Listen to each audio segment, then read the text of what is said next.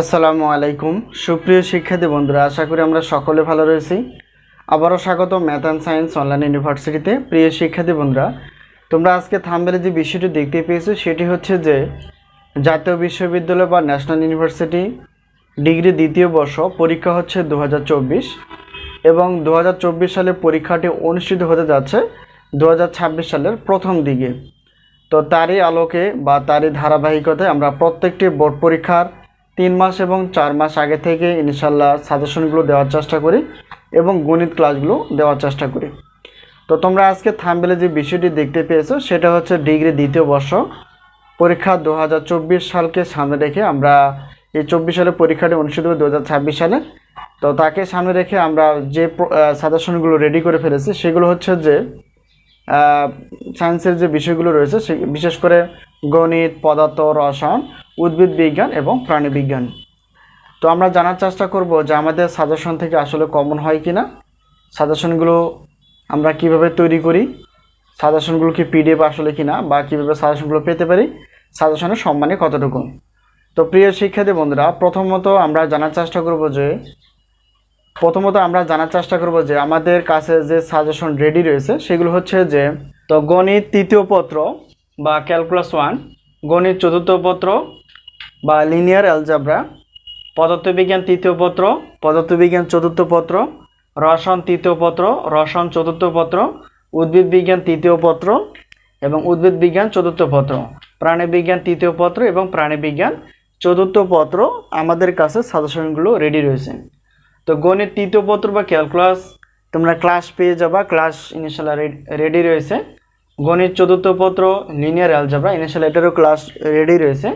আর পাশে যে তোমরা দেখতে পেয়েছো যে পিডিএফ মানে হচ্ছে যে এই সাজেশনটার প্রশ্নপত্র হচ্ছে পিডিএফ এবং উত্তরপত্র হচ্ছে পিডিএফ, এই হলো বিষয়। তো এখন আমরা জানার চেষ্টা করব যে আমাদের সাজেশনের সম্মানই কতটুকু। তো বিগত বছরের মতোই আমরা এই বছরে রেখেছি যে একটি প্রশ্নপত্র হচ্ছে 105 টাকা, দুইটি প্রশ্নপত্র 210 টাকা। তবে বেশি যদি আমরা নিতে পারি তাহলে সেক্ষেত্রে ইনশাল্লাহ আমরা যদি বেশি সাজেশন নিতে পারি তাহলে সেক্ষেত্রে একটু বেশি অফার থাকে, যেমন 3টি 4টি 5টি 6টি, যে কোনো 6টি বা 3টি 4টি যাই প্রশ্নপত্র নাও না কেন, অর্থাৎ প্রশ্নপত্র হচ্ছে 310 টাকা। তবে একটি বা দুইটি পত্রের কোনো অফার থাকে না। এবার আসি যে হিসাব যদি আমরা দেখি যে উত্তরপত্র কিছু ভাগ করা আছে, যেমন পিডিএফ ফাইল আর একটা হচ্ছে ক্লাস। এখন দেখো একটি পত্রের উত্তরপত্র যদি নিতে চাই আমরা পিডিএফ আকারে অর্থাৎ 50 টাকা, আর দুইটি পত্রের উত্তরপত্র যদি পিডিএফ হয়ে থাকে তাহলে 100 টাকা, 3টি 4টি 5টি 6টি একই পেমেন্ট অর্থাৎ হচ্ছে 150 টাকা। তো গণিতের বিষয়টা যদি আমরা খেয়াল করি যে একটি পত্রে ক্লাসের মূল্য হচ্ছে 250 টাকা, তবে যেহেতু দুইটি পত্র রয়েছে তাহলে হবে 500 টাকা, এই হলো বিষয়। এখন আমরা অফারগুলো জানার চেষ্টা করব।